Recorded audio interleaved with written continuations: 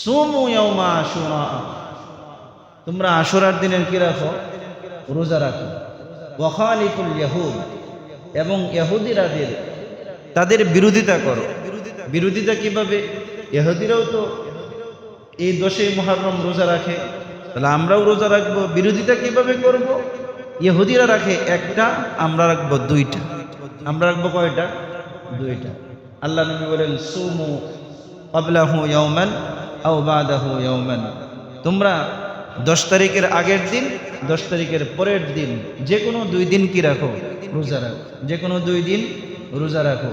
আল্লাহ নবী সাল্লাল্লাহু আলাইহি ওয়াসাল্লাম তার জীবনের শেষ যে রোজা ছিল, সেই রোজার সময় তিনি বলেছিলেন যে আমার কাছে মনে হয় যে 10-11-র চেয়ে 9-10 রোজা রাখা উত্তম। আল্লাহ পাক যদি আমাকে বেঁচে রাখেন আগামী বছর, তাহলে আমি 9-10 রোজা রাখবো। বলেন সুবহানাল্লাহ। সেই হিসাবে কোনো ব্যক্তি যদি চায় 10ই মুহররম 11ই মুহররম রোজা রাখতে, সে সেটাও পারে। 9ই মুহররম 10ই মুহররম যদি রোজা রাখতে চায়, সে সেটাও পারে। তো এই যে রোজা, রোজার ফজিলত কি? রোজার ফজিলত হচ্ছে আল্লাহ নবী সাল্লাল্লাহু আলাইহি ওয়াসাল্লাম বলেন সুমু ইয়াউমা আশুরা ইন্নী আহতাসিবু আলাল্লাহি আন ইউকাফিরা আস-সানাতাল্লাতী ক্বাবলা, যে আশুরার দিনের রোজা আমি আল্লাহর কাছে আশা রাখি আল্লাহ তাআলা একটি রোজার বিনিময়ে, 2টি রোজার বিনিময়ে তার পূর্ববর্তী সারা বছরের গুনাহ আল্লাহ তাআলা মাফ করে দিবেন। বলেন সুবহানাল্লাহ। অন্য বর্ণনায় আসছে আন ইউকাফিরা আস-সানাতাল্লাতী ক্বাবলাহু আও বাদাহু, আবার বর্ণনায় আসছে ওয়া বাদাহু, পূর্বাপর, আগের 1 বছর পরের 1 বছর, অথবা আগের 1 বছর অথবা পরের 1 বছর। অনেকগুলো বর্ণনা আসছে। তো এই বর্ণনাগুলোর মধ্যে সবচেয়ে উত্তম বর্ণনা হচ্ছে, বিশুদ্ধ বর্ণনা হচ্ছে যে আল্লাহ তাআলা পূর্ববর্তী 1 বছরের গুনাহ মাফ করে দিবেন। বলেন সুবহানাল্লাহ। শুধু এতটুকুই নয়, অন্য বর্ণনায় এসেছে আল্লাহ নবী বলেন যে মুহররম মাসের এমন একটি দিন আছে যে দিনে আল্লাহ তাআলা বিশাল বড় একটি দলকে মাফ করে দেন। বলেন সুবহানাল্লাহ। ওই দিন আল্লাহর কাছে যে যা চায় আল্লাহ সবার কামনা বাসনা আল্লাহ তাআলা পূর্ণ করে দেন। বলেন সুবহানাল্লাহ।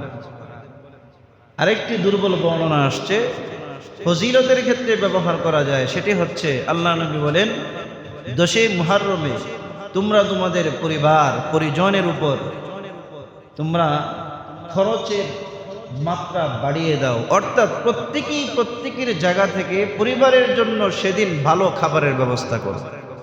অনেকে মনে করে ভালো খাবার মানে গরু গোশত হইতে হবে, হ্যাঁ, উটের গোশত হইতে হবে, ভালো মানের ফিন্নি পায়াস রান্না করতে হবে। বাট এরকম না। আপনার সামর্থ্য আছে, আপনি উটের গোশত না, আপনি হরিণের গোশত রান্না করেন, কোনো সমস্যা নেই।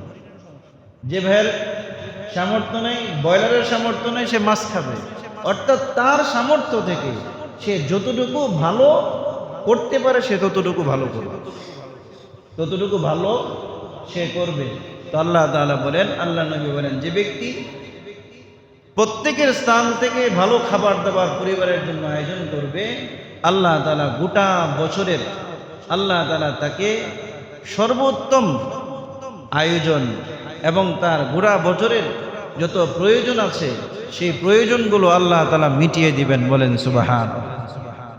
যাই হোক, তাহলে আমরা রোজা রাখবো মুহররমের, যেহেতু মুহররম শুরু হয়েছে, আজকে মনে হয় 3 তারিখ, হ্যাঁ 2 তারিখ, আজকে মুহররমের 2 তারিখ, তাহলে হ্যাঁ 3 তারিখ, তাহলে আমাদের রোজা হয় বুধ বৃহস্পতি নাকি 9-10 তারিখ?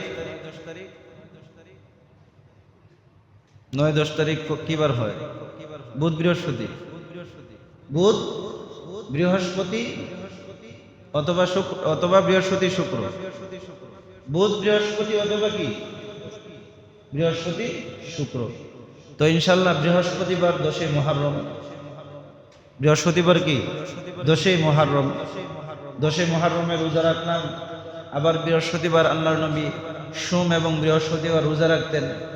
সোম এবং কি বৃহস্পতিবার রোজা রাখতেন, তো সাপ্তাহিক রোজারও আমরা সওয়াব পেয়ে যাব। এই যে নিজেরাও রাখবো, পরিবার পরিজনদেরকেও রাখতে উৎসাহিত করব, ছোট বাচ্চাদেরকেও রাখতে কি করব, উৎসাহিত করব। আল্লাহ তাআলা আমাদের সবাইকে তৌফিক দান করুক, সকলে বলে আমিন।